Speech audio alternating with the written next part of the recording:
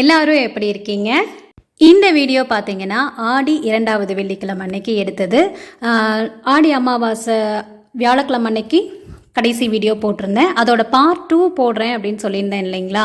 அதுக்குள்ளே இந்த ஆடி வெள்ளிக்கிழமை அன்னைக்கு திருவிளக்கு பூஜை செஞ்சுருந்தேன்னா, ஸோ அந்த வீடியோ போட்டால் உங்களுக்கு இந்த 3வது வெள்ளிக்கிழமை திருவிளக்கு பூஜை செய்கிறதுக்கு ஏதாவது யூஸ்ஃபுல்லாக இருக்குமோ அப்படின்ட்டு இந்த வீடியோ போஸ்ட் பண்ணியாச்சு. அந்த பார்ட் 2 வீடியோ அடுத்தது போட்டுக்கலாம் அப்படின்ட்டு. ஓகே, வீடியோக்குள்ளே போகலாமா? காலையில் நேரத்துலேயே எழுந்திரிச்சு அருமையாக ஒரு கோலத்தை போட்டுட்டு பிரம்ம முகூர்த்த விளக்கு ஏற்றியாச்சுங்க. காலையில் பார்த்தீங்க அப்படின்னா சாம்பார், சுண்டல், கருப்பு சுண்டல் ஊற வச்சுருந்தேன். அதை வேக வச்சு ப்ரோட்டீனுக்காக அதை ரெடி பண்ணியாச்சு. கூடவே அவரைக்காய் பொரியல், அப்புறம் இந்த வரகு அரிசி குதிரைவாளியை வச்சு மில்லட் மாவு அரைச்சிருந்தேன். லாஸ்ட் வீடியோவையே காட்டியிருந்தேன். அதுதான் இன்றைக்கி பிரேக்ஃபாஸ்ட்டுக்கு இட்லியாக ஊற்ற போகிறேன். ஸோ வீடியோவை பார்த்துக்கிட்டே நம்ம கொஞ்சம் பேசலாமா? இந்த வார்த்தையை சொல்லாத ஆளுகளே இருக்க மாட்டாங்க. என்ன வார்த்தை? எனக்கு மட்டும் ஏன் தான் இப்படியெல்லாம் நடக்குதோ, என்ன மட்டும் ஏன் கடவுள் சோதிச்சுக்கிட்டே இருக்காரு அப்படின்ட்டு நீங்களாகட்டும், நானாகட்டும், இல்லை நம்ம அம்மா அப்பா ஆகட்டும், எல்லாருமே சொல்லக்கூடிய வார்த்தை இதுதான் இல்லையா? ஒரு குட்டி கதை சொல்லட்டுமா? இதுக்கு போரெல்லாம் அடிக்காது, இன்ட்ரெஸ்டாக இருக்கும், கேளுங்க. ஒரு ஏழை தொழிலாளி. அவர் பார்த்திங்கன்னா குடும்பத்தோட வாழ்க்கையை, அன்றாட வாழ்க்கையை நடத்திட்டு வர்றவர் தான். அவருக்கு ரொம்ப மனசு கஷ்டமாக இருக்குது. என்னடா நம்மளோட வாழ்க்கை எப்போவுமே இப்படியே போயிட்டுருக்கு, இவ்வளோ கஷ்டப்படுறோம், ஒரு முன்னேற்றமே இல்லையே அப்படின்ட்டு காட்டுக்குள்ளே நடந்து வந்துட்டுருக்கிறப்போ அந்த வழியாக துறவி ஒருத்தரை சந்திக்கிறாரு. அந்த துறவிக்கிட்ட தன்னோட கஷ்டங்களை எல்லாம் சொல்கிறாரு. அவர் ஓகே, நான் இதுக்கு ஒரு தீர்வை சொல்கிறேன், நான் ஒரு 3 குடும்பத்தை உனக்கு காட்டுறேன், அதில் உனக்கு எது பிடிச்சிருக்கு அப்படின்னு சொல்லு, அதை நான் உனக்கு மாற்றி தரேன் அப்படின்னு சொல்கிறாரு. ஆஹா, இவருக்கு ரொம்ப சந்தோஷம். ஓகே அப்படின்ட்டு உடனே கிளம்பிடுறாங்க. முதல் குடும்பம் போனதையுமே பார்த்தீங்கன்னா அது வீடுன்னு சொல்ல முடியாது, அவ்வளோ பெரிய மாளிகை, பார்த்தாலே நல்ல செல்வ செழிப்போட செம்ம சூப்பராக இருக்குது. உடனே தொழிலாளிக்கு நம்ம எதையும் யோசிக்காமல் இதையே அக்செப்ட் பண்ணிடணும், இதை விட வேறு என்ன தேவையாக இருக்குது, இவ்வளோ பெரிய வீடு, செல்வ செழிப்போடு இருக்காங்க, ஸோ இதையே அக்செப்ட் பண்ணிக்கலாம் அப்படின்ட்டு நினைக்கிறாரு. உள்ளே போய் அங்கே இருக்கிற ஆளை பார்க்குறாங்க. அவர் பார்த்திங்கன்னா பார்வை இல்லாமல் இருக்கார். ஸோ அவர்கிட்ட நம்ம துறவி கேட்குறாரு, வாழ்க்கை எப்படிப்பா போகுது அப்படின்ட்டு. இந்த குருடனுக்கு என்ன குருஜி வாழ்க்கையெல்லாம், எப்போவும் இருள் தான், வாழ்க்கை எப்படியோ போகுது, எப்போ முடியும்னு நான் காத்திருக்கேன் அப்படின்ட்டு அவர் ஒரு விரக்தியாக பதில் சொல்கிறாரு.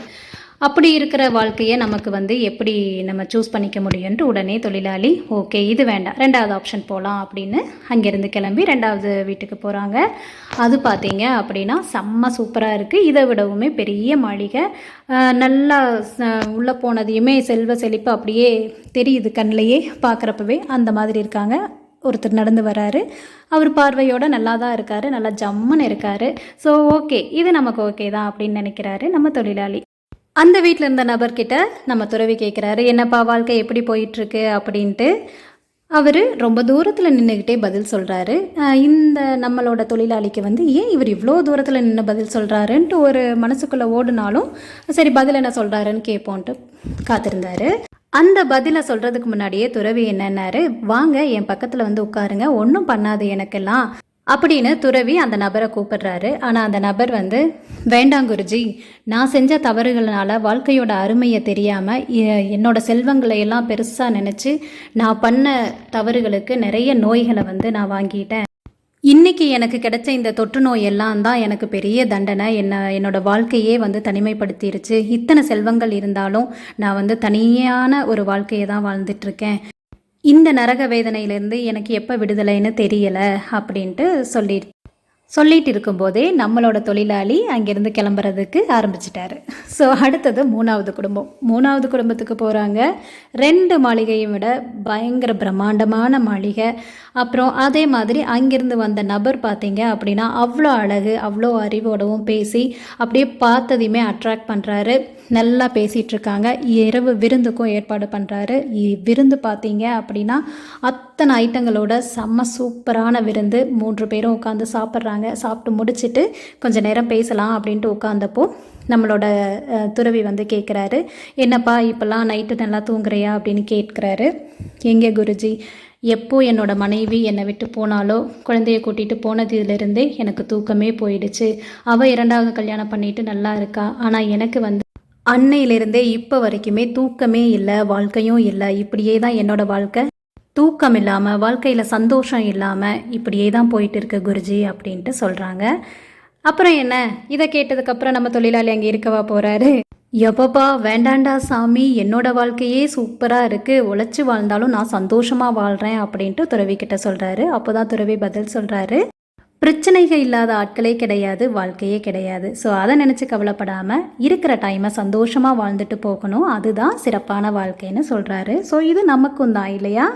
ஓகே, இப்போ கதையை முடிச்சுட்டு ரொம்ப எளிமையாக திருவிளக்கு பூஜை எப்படி செய்கிறதுன்னு பார்க்கலாம்.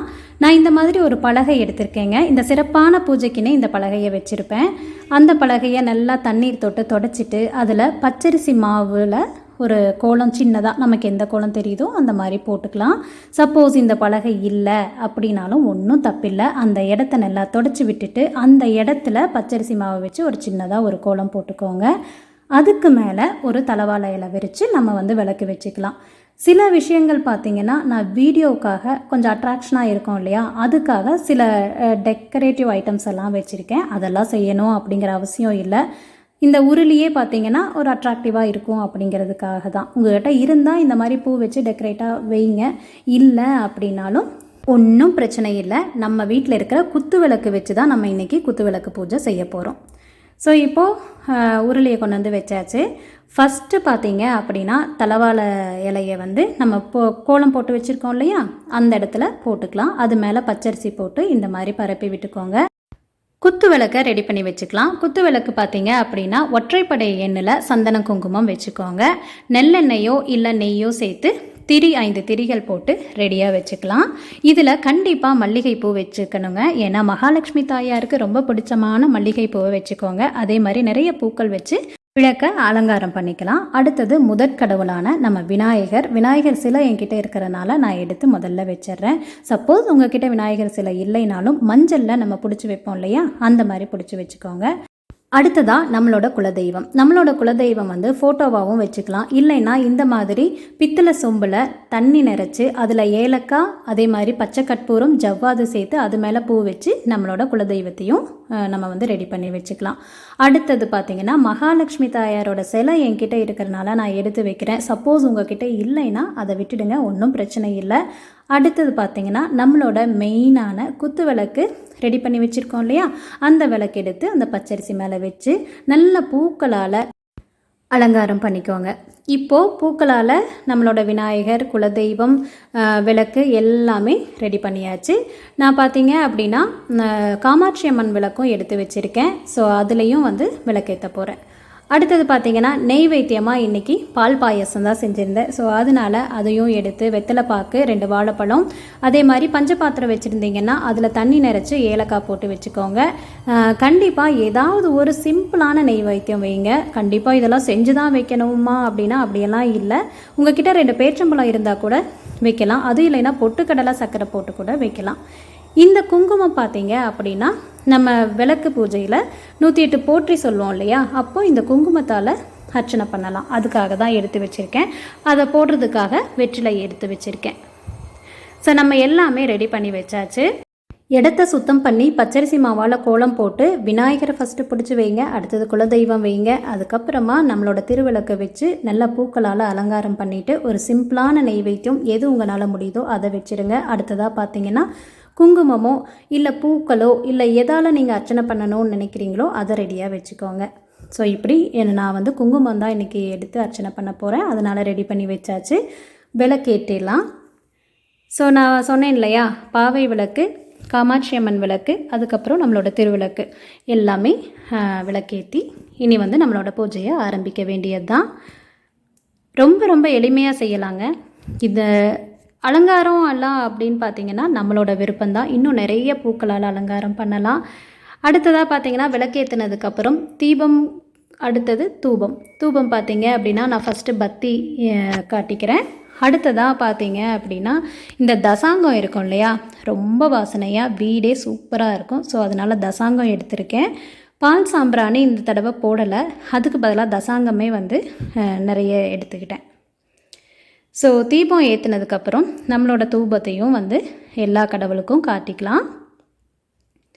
வீடே வந்து ரொம்ப ஜெகஜோதியாக வாசனையாக அப்படியே கோவிலுக்குள்ளே போகிற மாதிரி இருக்கும். இந்த மாதிரியெல்லாம் செஞ்சு நம்ம வழிபடுறப்போ வீடு கண்டிப்பாக சுபிட்சமாக இருக்குங்க. தெய்வ கடாட்சத்தோட வீடு வந்து நிறைய பாசிட்டிவ் வைபோட நமக்கு மன நிம்மதியை கொடுக்கும். இந்த மாதிரி பூஜைகள்லாம் வீட்டில் ரொம்ப எளிமையாக செய்கிறப்போ.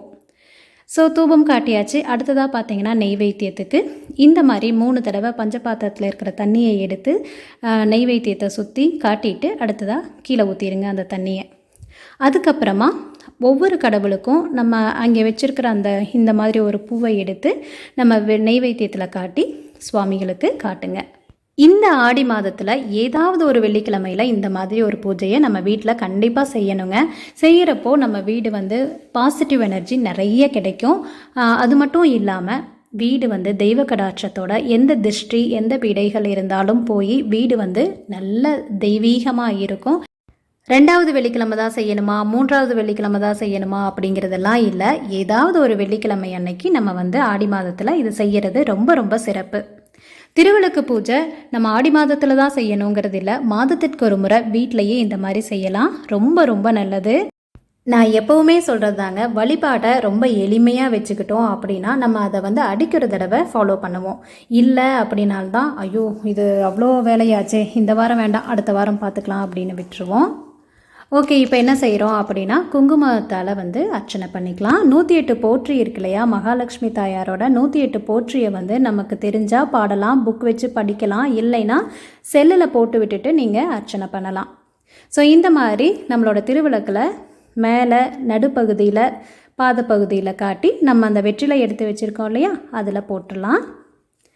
அர்ச்சனை பண்ண இந்த குங்குமத்தை வந்து நம்ம மறுபடியும் விளக்குக்கோ இல்லை சுவாமிக்கோ கோயிலுக்கோலாம் கொண்டு போகக்கூடாது. இதை வந்து நம்ம நெற்றியில் வச்சுக்கணும்.